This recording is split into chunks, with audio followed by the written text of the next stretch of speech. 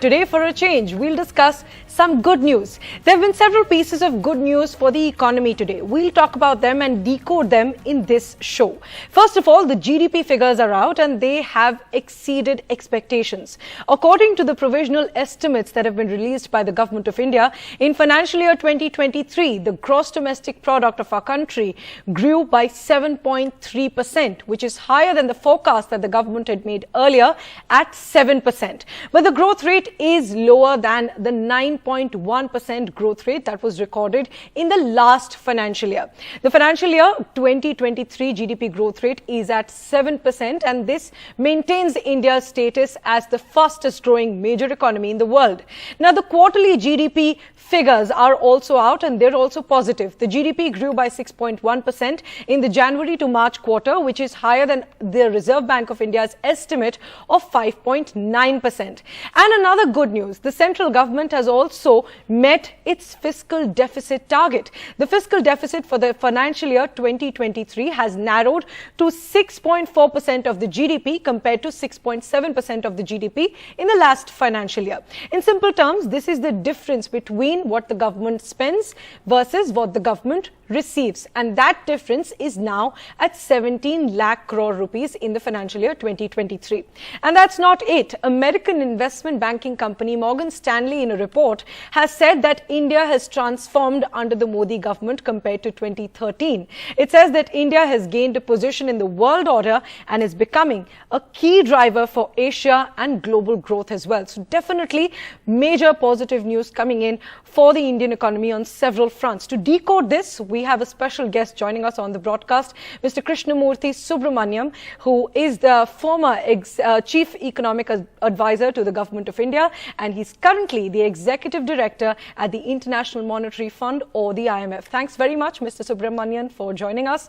And my first question to you, good signs clearly showing up. So do you think we've fully recovered from the negative impacts of the Russia-Ukraine war and the pandemic as well, both combined? Thanks a lot, Priyanshi, and a very good evening to viewers.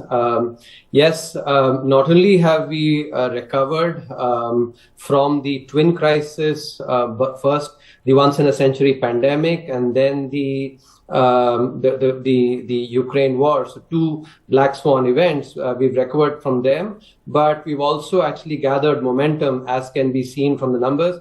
I would like to, to mention that if we look at the revision, on 28th of February, when the advance estimates had come, the GDP growth was estimated to be 7%. It's been revised upwards to 7.2%. If we look at the revisions that happen in these numbers over the last 2 years, next year, around on 28th February, the first revised estimates will come, and then a year after that, the second revised estimates. These are very common, in every country, GDP estimates are revised. I expect that the GDP numbers will be revised even more upwards, because if you look at FY21 and FY22, both these numbers were revised about 1%, in each of these revisions. So I expect growth to be above 7.5%, closer to 8% when the final estimate for this comes. And I think in a global economy which is struggling to grow on average at even, excess of about 1% or so, 7.5% plus closer to 8% is just extremely good. I will contrast this with, how we had done in the previous crisis, the global financial crisis, which was just a demand side shock. India became part of the fragile five. In contrast, now we're actually part of the top 5 economies, despite a twin shock of both COVID and the Ukraine war. Well, that sounds really good. 7.5% to 8% is what you're estimating the figures could be revised to. We'll see whether that happens. But you also mentioned the point about the global comparison. So India, with these figures, maintains its status as the fastest growing economy in the world. So how do you place India compared to other developed and developing economies currently? A very good question, Priyanshi. In fact, I would say in the 75-year-old history of India, there hasn't been another period when India has been such a positive outlier on both dimensions, which is macro fundamentals and on growth. We are, if you look at our current account deficit, fiscal deficit, inflation, all the three numbers actually are well very well between manageable limits. Inflation is trending down. And growth, is high as well. So there hasn't been another period where we've been such an outlier, in compared to the global economy. I think that goes down to the very sagacious policy that was implemented during COVID. As I've said before, I've written as well. India did well to identify the COVID crisis as a big supply side shock. India was possibly among the only economies to identify that correctly. Therefore, the supply side measures were implemented. And if you would recall, Morgan Stanley's report, the first slide talks about the supply side measures, and that came about only because of the correct identification of the COVID crisis. You have to keep in mind that unlike demand side measures, which, you can give money and they reach immediately in India, in fact, with the click of a button, supply side measures take time. If you have to build infrastructure, you start planning today, the infrastructure comes up with a lag of 1.5 years, even longer. And therefore, the foresight that was displayed by policymakers during COVID, I think, is serving India very well at this point in time. Right.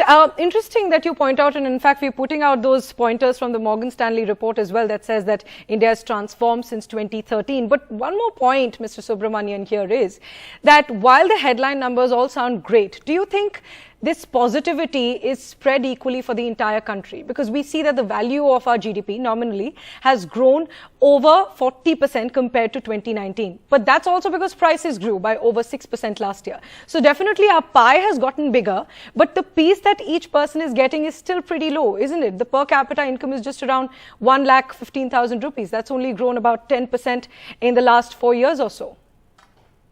No, Priyanshi, let me clarify. All these numbers that we spoke about just now were all, adjusted for inflation. These are the growth at 7.2% is not the nominal number. It is the real number. The nominal number is much higher. In fact, is in double digits. But it doesn't make that much economic sense to focus on nominal numbers. Right. The real numbers is where actually the growth has been good.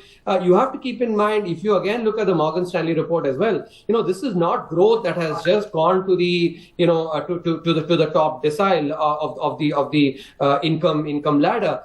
If you put it together with a very nice, vigorously done paper by Dr. Arvind Panagaria, former Niti Aayog vice chairman, who clearly shows that inequality has declined significantly using high quality PLFS data. And poverty also has actually, especially rural poverty, has declined, amidst COVID. The pace of decline was a little slower in the COVID years, but has declined. So when you look at that, put it together with what Morgan Stanley talks about as well, cash transfers. If you look at compared to, about 2016 or so, when the focus on the digital economy was started, now the digital transactions are orders of magnitude higher.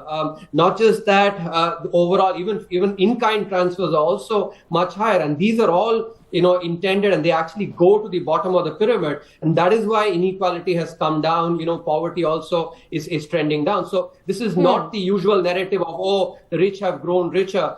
It is actually growth that has also helped in sort of bringing benefits to to those people who are actually more vulnerable as well. Right. Well, Mr. Subramanian, as always, thanks very much for joining us. Pleasure speaking to you. And we will keep our focus on this big story of the day.